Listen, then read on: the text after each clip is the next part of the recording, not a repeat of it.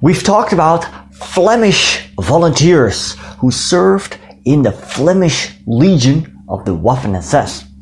But there were also French-speaking Belgian people, the Walloons. What about them? Well, they served initially in the Walloon Legion and later in the Waffen-SS.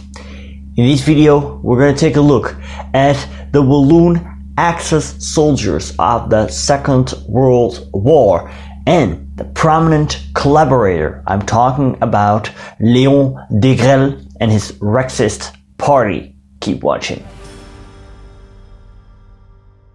Hey, welcome back everybody. If you're new to this channel, a warm welcome to History Hustle. My name is Stefan, I'm a Dutch history teacher and I like to cover history in videos like this. And if you find it interesting, then consider subscribing. Also hit that notification bell, and if you want to support me, go to my Patreon and PayPal page. The story of Belgian collaboration in World War II is actually two stories, two cases, a Flemish case and a Walloon case. The Walloons are Francophone Belgians. They live in the south of the country. Anti-communism was strong among the Belgian elite, notably the church and the military. This was also fueled by the Spanish Civil War. Most noteworthy was the far-right Catholic nationalist political party Rex, or the Rexist Party. Created as a Catholic propaganda movement, its leader, Léon Degrelle, made it its own political party. At its peak, it had appealed to different Francophone conservatives, integrist Catholics, right-wing intellectuals, the military, and Belgian royalists. When the elections came in 1936, Léon Degrelle and his party gained 11.5% of the votes. However, Degrelle lost the later elections. By 1940, Rex became a marginal group. But then, in May 1940, the Germans invaded Belgium, and Belgian King Leopold III surrendered within 18 days. By that time, Degrelle was arrested, but he was released after the French armistice, June 1940. The Rexist Party began forming a militia known as the Formation de Combat, led by Fernand Rollo. It was similar to the German SA and had around 4,000 men in its ranks. January 1941, Degrelle had a speech, and he concluded that speech with a salute to Hitler.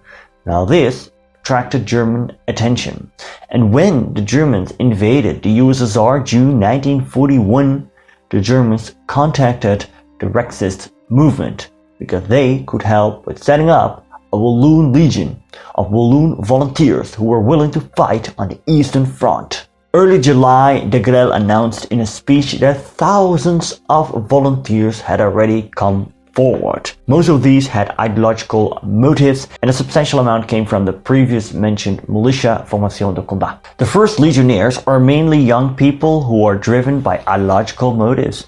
Their motivation is threefold: anti-Bolshevism, the naive belief that Belgium can be given a better negotiation position at the negotiation table on a redesigned Europe, or the establishment of a new order. This changed from mid-1942. The Legion will then mainly recruit into its ranks adventurers or people trying to escape starvation, forced employment, or general moral, family, and financial misery. Degrelle himself also volunteered, and he was offered the rank of lieutenant, but he refused. He wanted to start his military career as a private. As the years progressed, he rose through the ranks, and by 1944 he became the commander. The Walloon Legion was designated as Infantry Battalion 373 and part of the German Wehrmacht. On the 8th of August 1941, 860 left Brussels by train for training in Meseritz.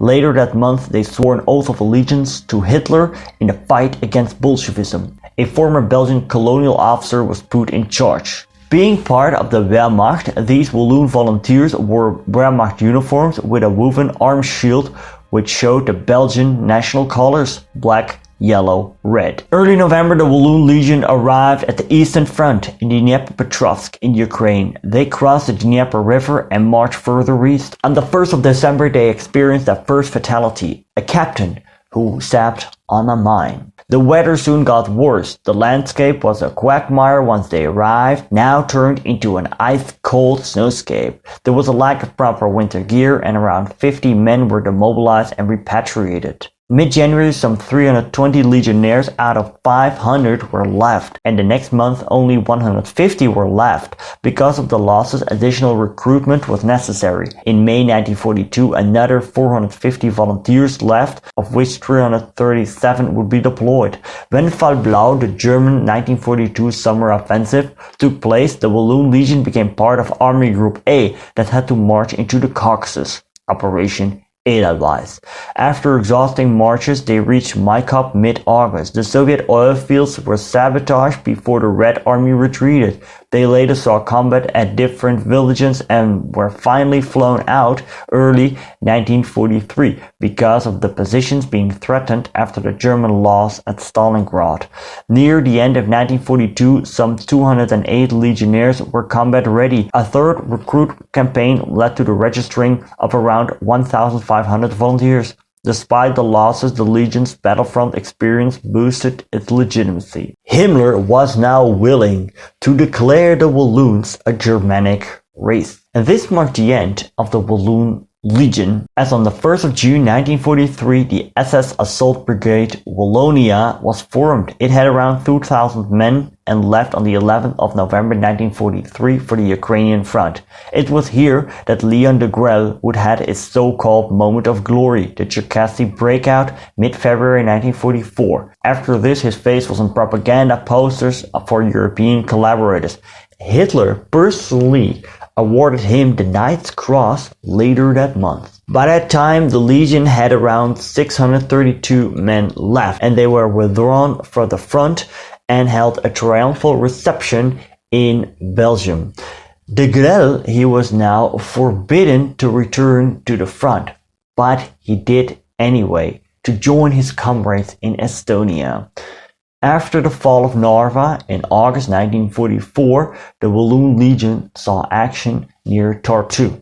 They held their ground, but it came with a price.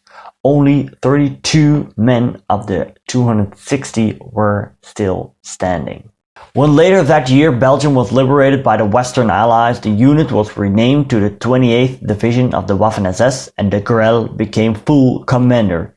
He was able to bring about 4,000 men in his division.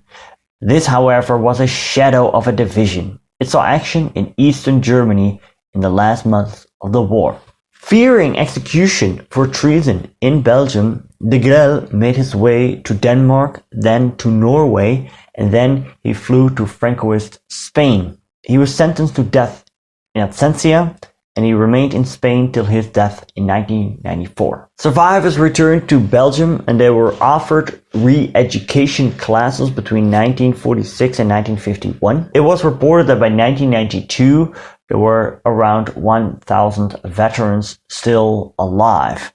I have no idea about the current numbers, the amounts of Walloon volunteers that are still alive today. Most of them were unrepentant and claimed they did not know about the mass murder of Jews. However, in the last month of the war, in the chaos, the Walloon men also participated in the murder of Jews.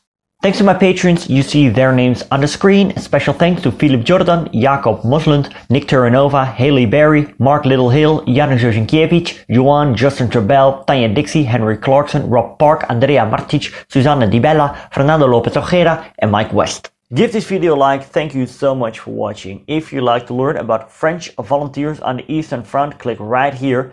And have you ever heard of the Dutch Volunteer Legion? No? Click right here. Au revoir.